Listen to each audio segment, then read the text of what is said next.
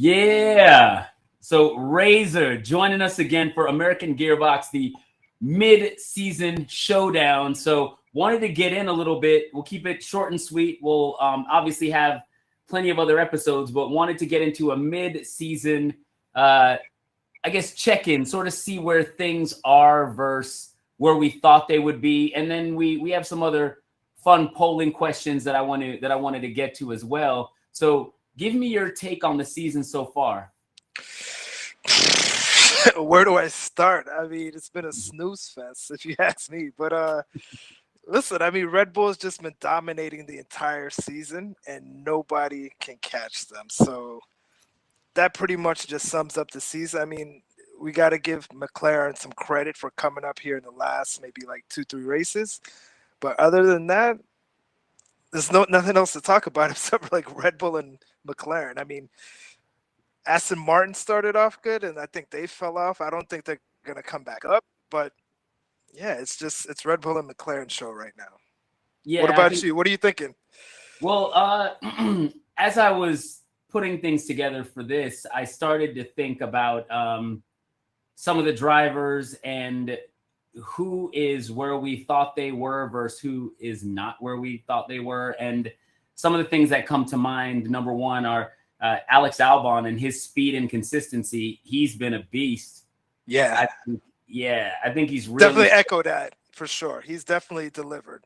Yeah, Alex Albon has been a monster. Nico Hulkenberg has done very well and has been the dominant driver at that team, which no one really expected. So those two guys, I think the season, just like you said, started out huge for Aston Martin, but I kind of figured they were going to have that taper off as the season went on. And that seems to be what happens with those cars that copy the works teams.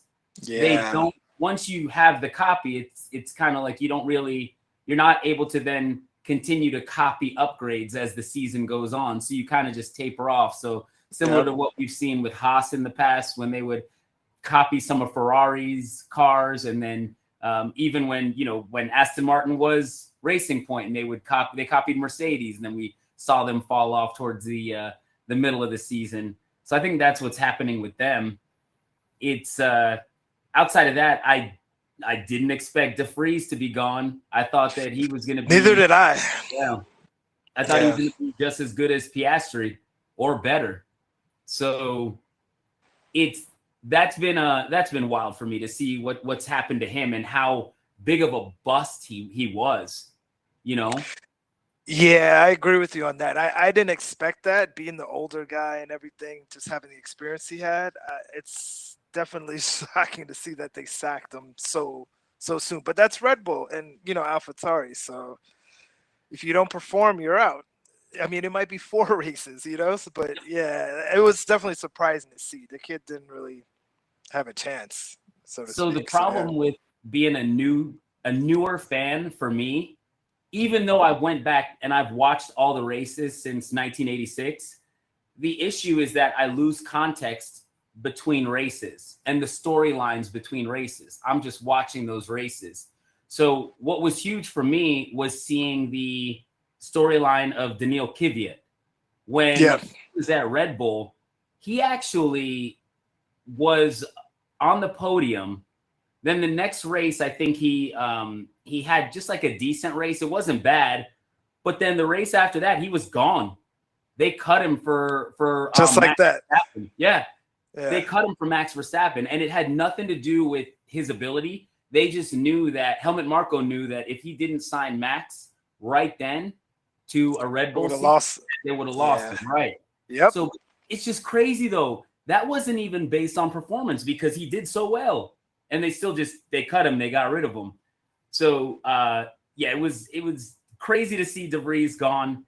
But I didn't mind it because my boy's in his seat now. He's got his seat. Where's that emoji? We'll go this emoji right here. Oh man, where's the crying emoji? Yeah, we've been going on about this the last 3 years, 2 years. But listen, I can't hate. I'm happy to see him back. I just want him to do well. You know what I mean? I give you a hard time. I give Rick a hard time, but For sure. I still can't get over his time at Renault and McLaren. I still can't get over that. He But did listen, well at Renault. he did. Oh, yeah. Considering the car, he did all right. 1 year, and then the second year was terrible. McLaren, he was Only okay. 2 podiums in 12 years. But still, come on. This is Rick we're talking about, Mr. Late Breaker. Come on, this Yeah, is an elite guy. You know, the so car was trash. it was. So He murdered Ocon in that car. He had nearly double did. Ocon's points. He did, but I just couldn't believe it was the same Rick. You know, that's all. But listen, I'm happy. The car. Yeah, It was just the car. Can't blame the car. What are you gonna say now in the AlphaTauri? It's a car every time There we're we gonna go. say it's a car. Uh-oh. There we I go. got some backup. I got backup. No, AlphaTauri, he's gonna continue to do his He's gonna thing. what? He's gonna continue to do his thing. Hey, cuz. Hey, what up? What up? Gentlemen, how are you? It's How good you to doing? see How you. you doing? Welcome. Good to see you as well, sir. I caught that we're talking about Sir Rick. Yeah. let me hit They're you guys changing a lot. with this emoji right here. You know that Okay. No, Yeah. this is what it should be. The laughing emoji. Yeah, that's where I'm at too. I'm with you on that one, Ramon. I mean, For sure, man. the man jumped back in the seat. He smashed Perez day one in that car. Goes on to AlphaTauri, smashes Yuki in that car, beats his teammate race one, only misses in quali because track limits were deleted. The man would have been P6. This is the same thing.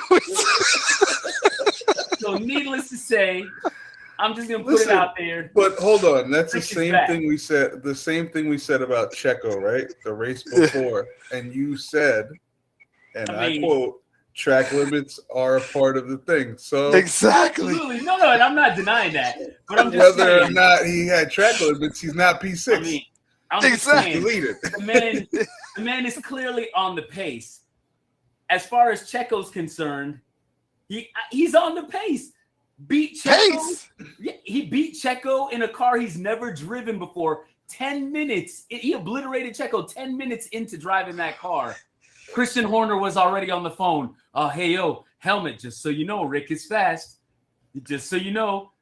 Helmut Marko says, say less, son. Picked up the phone. hey, De Vries, you're fired. Oh my God! Listen, you're delusional, man. Never stood. Yeah, De Vries never stood a chance. No, he didn't. And I'll be honest, he wasn't given enough time. 10 races isn't enough. It's two things. Number one, 10 races isn't enough, but also number two, he hadn't shown any inkling of progression. And I think that's what did it. If there was any sort of any sign that he was going to improve, I think maybe they would have hesitated. But I think it's because he showed no improvement whatsoever. I think that was the issue. So then let me ask you, what has Sargent shown in terms of improvement? If that's the He case? needs, in my opinion. excellent question.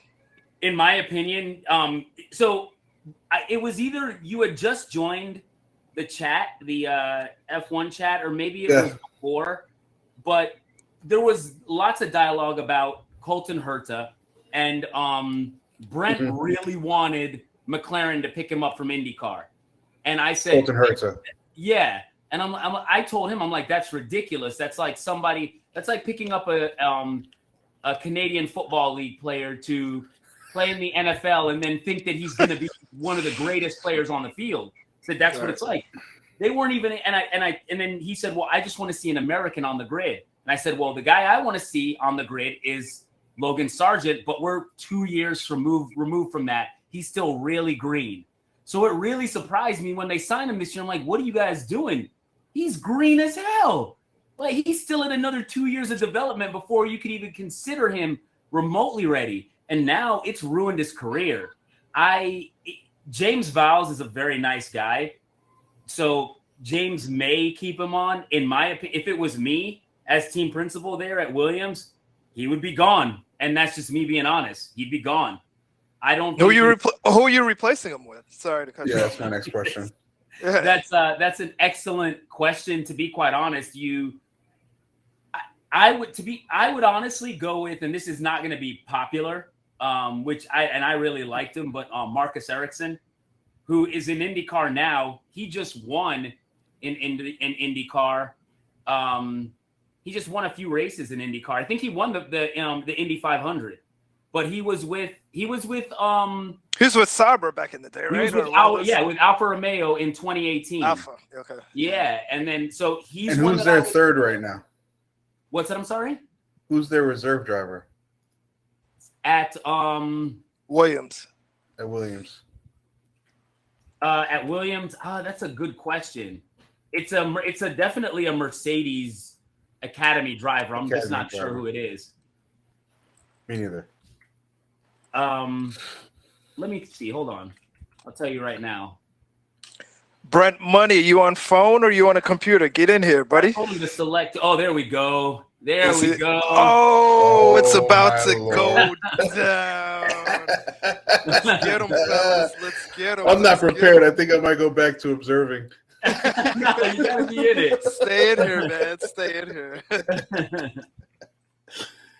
That's funny. Let's see. Yeah, I mean, I just think there's a number of reserve drivers, obviously, right? That they. Oh no, you know who? That's probably why. I think they. Wait, hold on. Williams reserve driver. No, this is wrong. It's giving me wrong information. I mean, because to be quite honest, I would not want Mick in that seat. I would not want. I mean, but then you know who else who I would consider? What's his name? Oh goodness. I'll tell you right now. I'll tell you who he is right now. Yep, Stoffel Van Dorn. Him as well. So you'd want him back? Yeah. What's that? I remember him from back in the day. Yeah, and he was okay. Yeah. He was good, but here's the thing: he's on the grid. He's driving those cars. He's Aston Martin's reserve driver. He's one of them. Okay. The other one who's we could consider is Drogovic. However, at this point, those guys that aren't absolute monsters in F2, I don't even want to see them. If you weren't on the level of a George Russell, a Max Verstappen, Charles Leclerc, Lando Norris, and even an Alex Albon, I don't want to see you because chances are you're going to be trash when you come in. Mick Schumacher has proven that. Logan Sargent has proven that. There's been a slew of guys that have come in where they were just okay, and then they either are okay in Formula One or they're trash. So to give you other examples, I mean, goodness, what's his name? Who's very vanilla. He kind of reminds me of he was the Italian driver for Gio, right? Giovanni, yeah, very vanilla, just no real personality, not really much to him, and I feel like right now we got spoiled for the last 5 years. For sure. Not even the last 5 years left. Oh, hey, there he is. It's about to go down now. Look at this guy. Guns out. What is up? I know. Guns out, man. Can you guys hear me? Yeah, man. Yeah, I got you, man. Can you hear? Do we want to? Let's go ahead. I know, right? For this guy here. Yes, you do. Man. Yeah, man. I feel like for the last 3 or 4 years, we've been spoiled. There's been all these monsters in F2.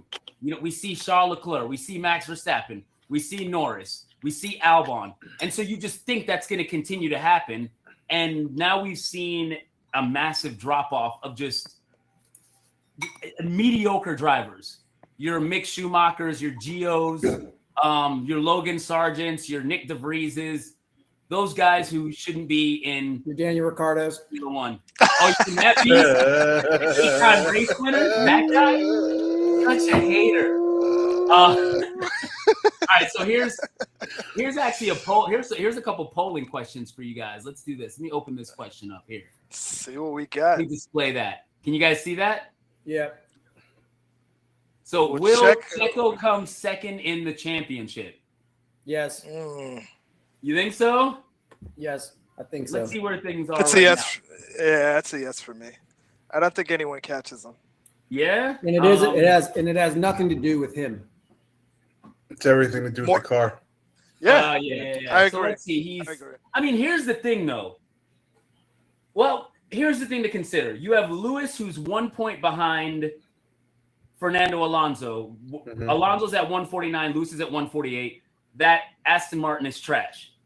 Now it's trash. We have what, 10 races left?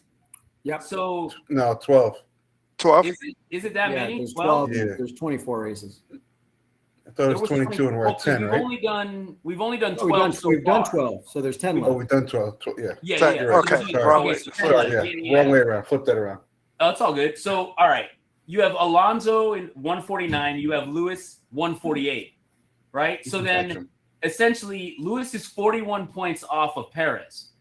That's, a couple driver error DNFs with Lewis pulling in decent points, in which he has 10 races to try to gain that back. However, on the flip side of that, we know Checo more than likely is going to come in second place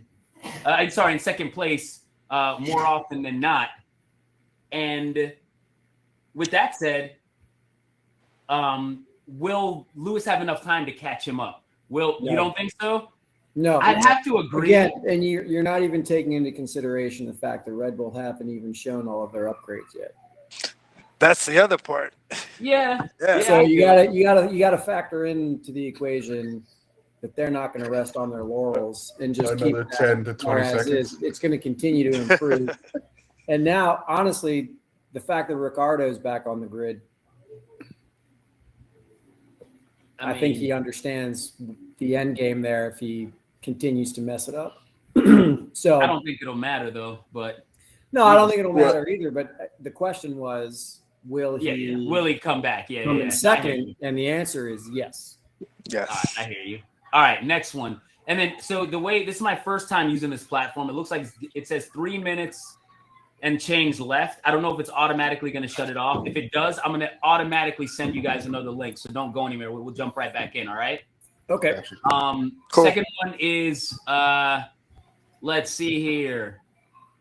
How long will Red Bull's dominance last? So only through this year, through 2024, or through 2025 and beyond. Until they have to create their own engine.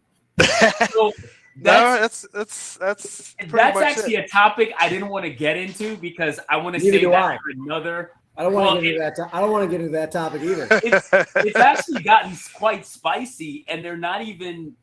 It's been behind the scenes. There've been these small reports that have come out, but it seems like nobody wants to talk about it publicly. But it's where things stand right now. Apparently, the Red Bull powertrain's engine is about 16 horsepower less than Mercedes. So, and they can't figure out why. So what Christian Horner did was he petitioned the FIA to change the regulations so they can get that horsepower back. So Toto then said, absolutely not.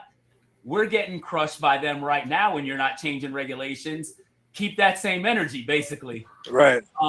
However, I think when was it? Probably Tuesday or Wednesday, the FIA did announce that they will put certain things into play, just certain rules into play that would even out the balance with the engines. And many aren't happy with it. It's like, okay, well, is this NASCAR or Formula One? If it's Formula One, everybody they build their best car and they move forward with that car. So I guess we'll see what happens with that.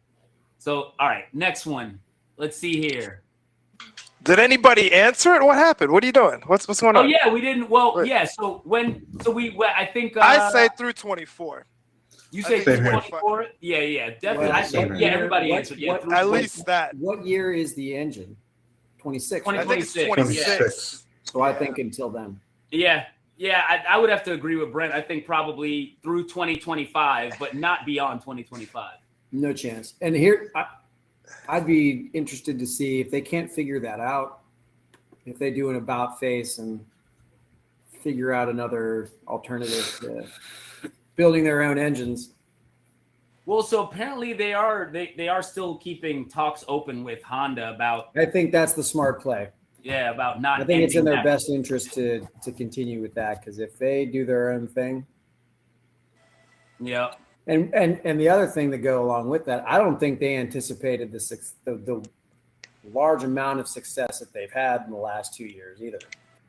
And because it's not even close, do you really want to risk going from completely destroying the grid to not? I mean, maybe what, fourth, right. fifth, maybe? Yeah. With a Max that still wants to drive. I wouldn't be surprised if they continued with that method of building their own engines if Max just retires. So, all right, looks like it's saying 20 seconds left. Guys, don't go anywhere. I'll end up sending you another invite. And then we'll jump right back in and continue. Okay. Man. Thanks for jumping on, guys. See you in just a All second, right? Yep. All right. I'm gonna check. I I gotta go to the bathroom anyway, so it works All out. right. All right, cool. See you guys soon. David. Later. Later. Or leave it. Oh, wait. Or maybe it's not. Maybe it's not cutting us off. Hey, yeah. Maybe